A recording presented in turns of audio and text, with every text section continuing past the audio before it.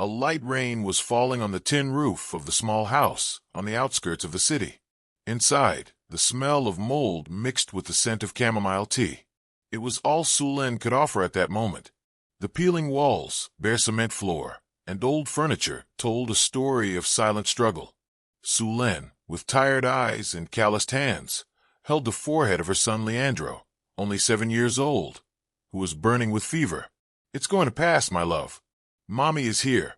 It's going to pass," she whispered, wiping the sweat from his forehead with an old cloth. It was the middle of the night. There was no more medicine, no money, only fear.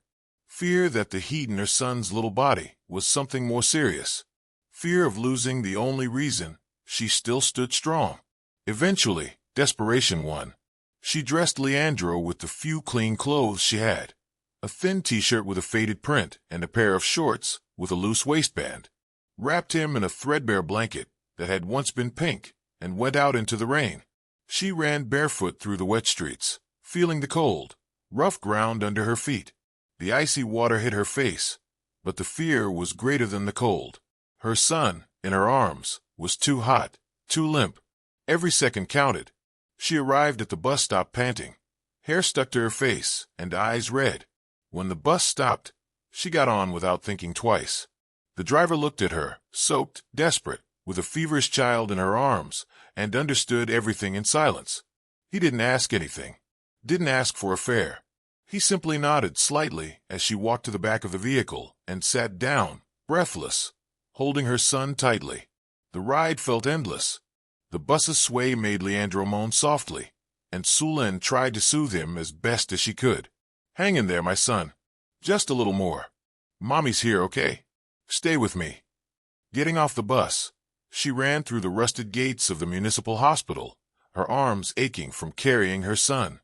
The sky was still gray and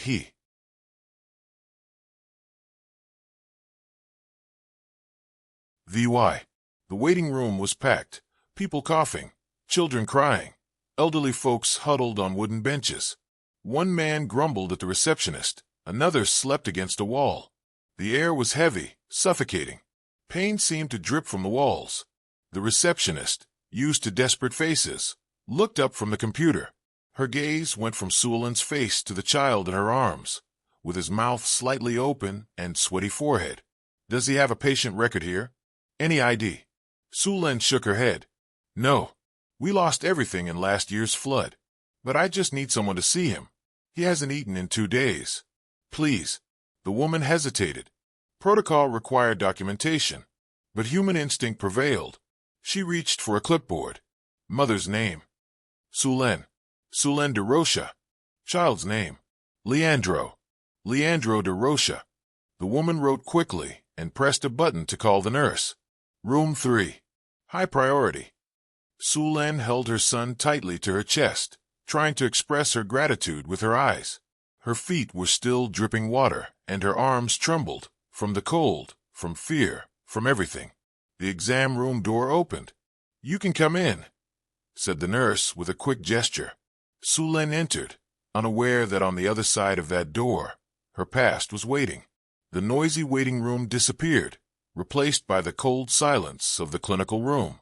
The fluorescent lights cast everything in a pale white.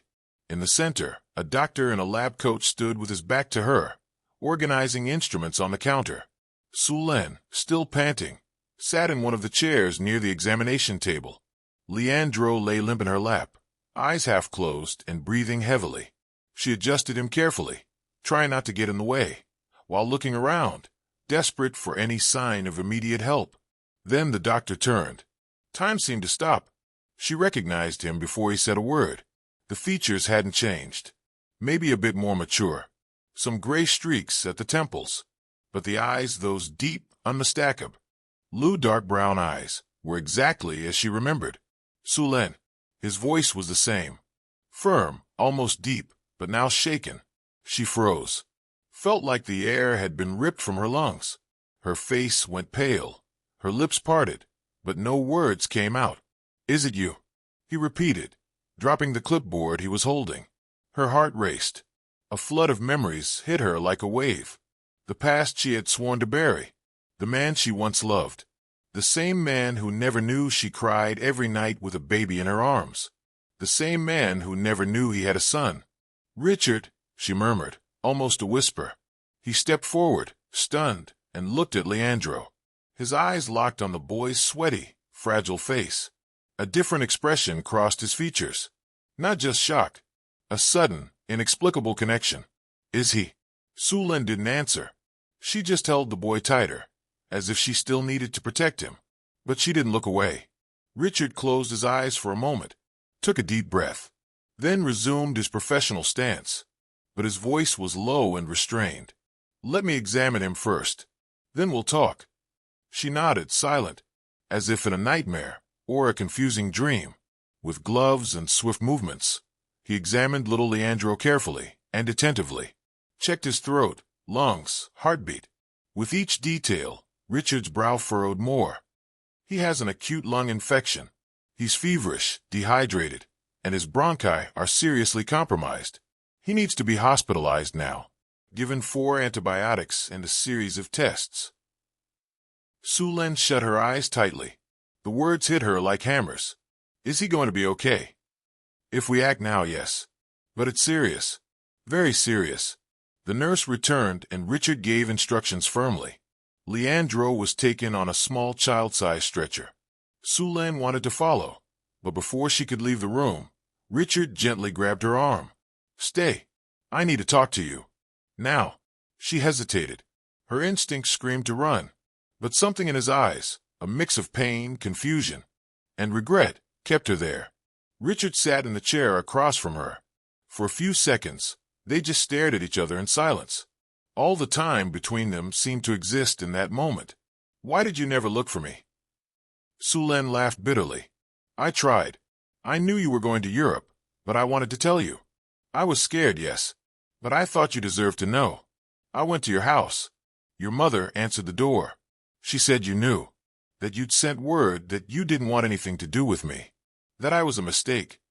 Richard's eyes widened. "My mother said that to you? Said you thought I was a gold digger, that it was best if I disappeared. And I did." Richard held his head in shock. "My God, I never knew. She told me you had an abortion, that you left with another man." Sulen breathed heavily, her chest rising and falling fast. "I went hungry, Richard. Slept in shelters. Cleaned hotel floors.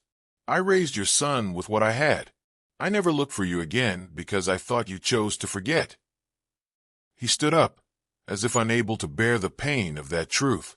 "I lost 8 years of my son's life because of a lie. And I lost hope," she said softly. Silence.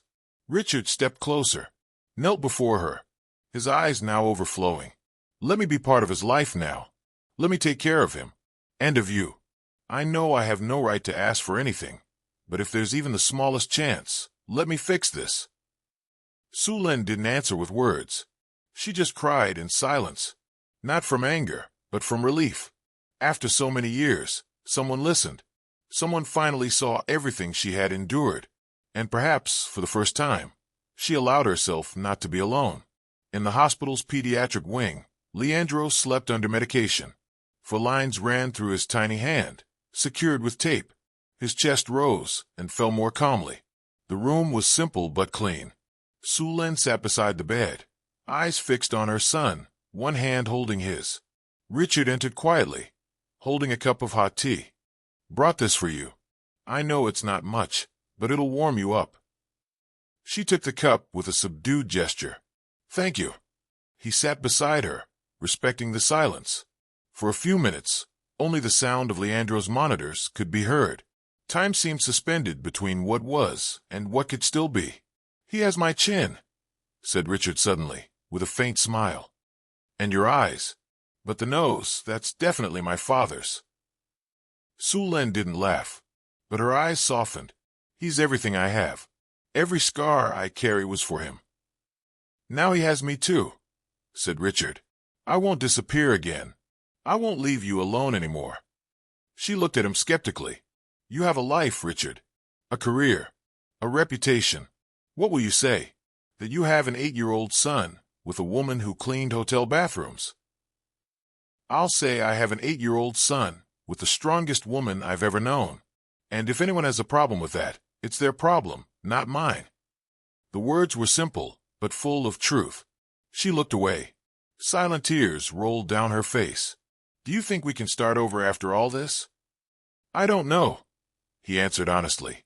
"But I think we can try. And I want to try. Not just for him. For us. If you want to." Sulen stayed quiet for a moment. Then she stood and approached the bed, ran her fingers through Leandro's hair. "He deserves to know what it's like to have a father. And you deserve someone to take care of you." She looked into his eyes, and there, among tears, hurt, and hope, a new chapter began. Months had passed since that rainy night. Richard's house, once too quiet and orderly, was now filled with laughter, scattered toys, and the sound of little footsteps running down the hallway. Leandro made a full recovery. He went back to running, playing, asking endless questions. At his new school, he made friends easily. He proudly told everyone that his dad was a doctor and that his mom made the best carrot cake in the world. Sulen, now with lighter shoulders, returned to studying. She was taking a technical course and started dreaming about things that once seemed unreachable. Maybe opening a small business or teaching other women not to give up on themselves. Richard kept his promise. He was present at every step, every appointment, every sleepless night. Not as a hero, but as someone who chose to stay. Every day, he chose to be part of that new story. One night, sitting on the living room sofa with Leandro asleep between them, Sulen looked at Richard. "I'm still afraid that all this could end suddenly." He gently squeezed her hand. "Me too. But fear doesn't paralyze us anymore. Now it just reminds us to value what we have." She rested her head on his shoulder, and for the first time in many years, she fell asleep in peace. Life wasn't perfect. There were still bills, hard days, painful memories. But there was also love. There was choice. There was a new beginning. Because sometimes, the greatest healing a doctor can offer is simply being there. Fully. Truly. If this story touched your heart, leave a like, share, and subscribe. And comment below. Do you believe in new beginnings?